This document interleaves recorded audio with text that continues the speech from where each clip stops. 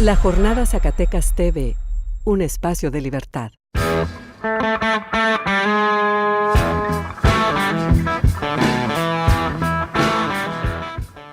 El domingo próximo serán las elecciones.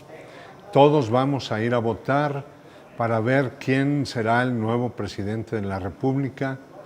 Vamos a renovar el Congreso de la Unión completamente y en muchos estados va a haber elecciones locales. En esas circunstancias ya es conveniente intentar hacer un balance de las campañas electorales.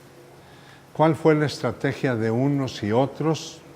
Y finalmente, ¿qué es lo que está en juego?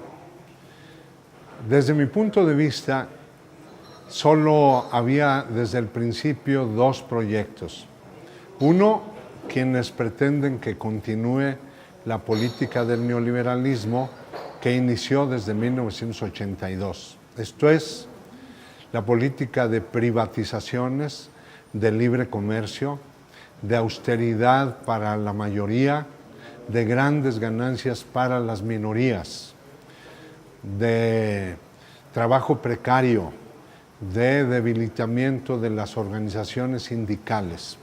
Ese proyecto que en el mundo entero ha generado miles y miles de inconformidades y millones de excluidos.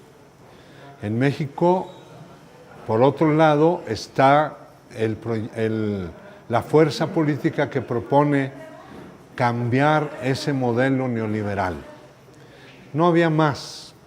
Al final se prefiguraron dos candidaturas en el campo de los neoliberales, la de Ricardo Anaya y la de Mid, y por el lado de los que proponen el cambio de rumbo con Andrés Manuel López Obrador a la cabeza. Los primeros intentaron la estrategia que muy buenos resultados les dio en el 2006 y en el 2012. La estrategia de inducir el miedo a los electores, miedo al cambio. Es muy importante entender ello. El cambio, aunque sea para bien, produce muchas incertidumbres.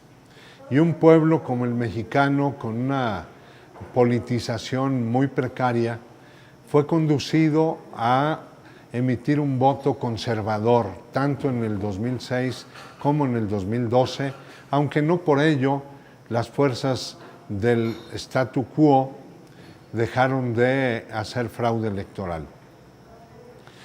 La otra fuerza, la que encabeza Andrés Manuel López Obrador, el movimiento denominado Morena, ha intentado detener el miedo, evadir el miedo, llamando a la gente que su irritación, su inconformidad ante la desigualdad, ante la corrupción y la impunidad, ante la violencia y la inseguridad, que esa irritación se transformara en esperanza de cambio. La campaña en general tuvo ese choque, ese fue el litigio principal, miedo frente a esperanza. El episodio central de la campaña política, a mi juicio, se dio durante el mes de abril, cuando los empresarios más connotados de México, los supermillonarios que integran las listas de la revista Forbes de los más ricos del mundo, encabezados por Carlos Slim, por Larrea, por Bayeres, magnates de las minas y de muchos otros negocios, se subieron al ring, para enfrentar a López Obrador, llamando al pueblo a que reflexionara bien acerca de los peligros que implicaba un voto por Andrés Manuel.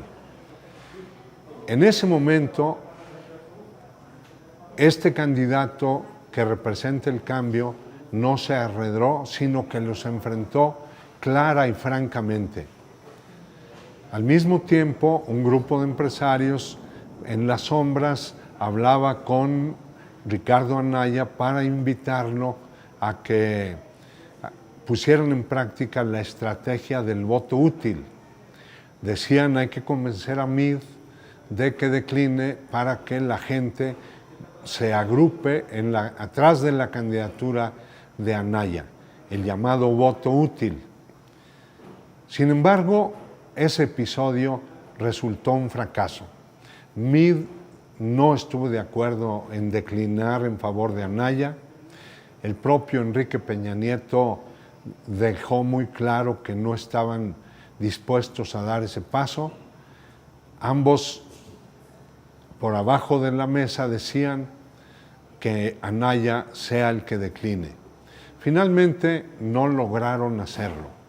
Y la estrategia del miedo también fracasó, porque por otro lado, con la participación masiva en los eventos públicos de Andrés Manuel, quedó claro que la ira, que el enojo, la irritación del pueblo mexicano frente a la clase política, frente al gobierno, se transformó en esperanza de cambio con Andrés Manuel López Obrador y Morena.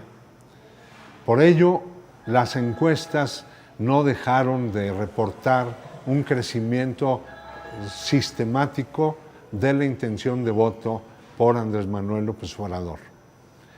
Veremos si lo que reportan las encuestas se convierte en una realidad el próximo domingo.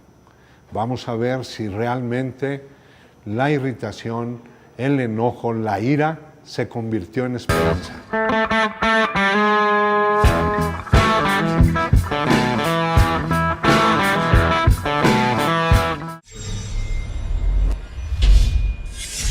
La Jornada Zacatecas TV, un espacio de libertad.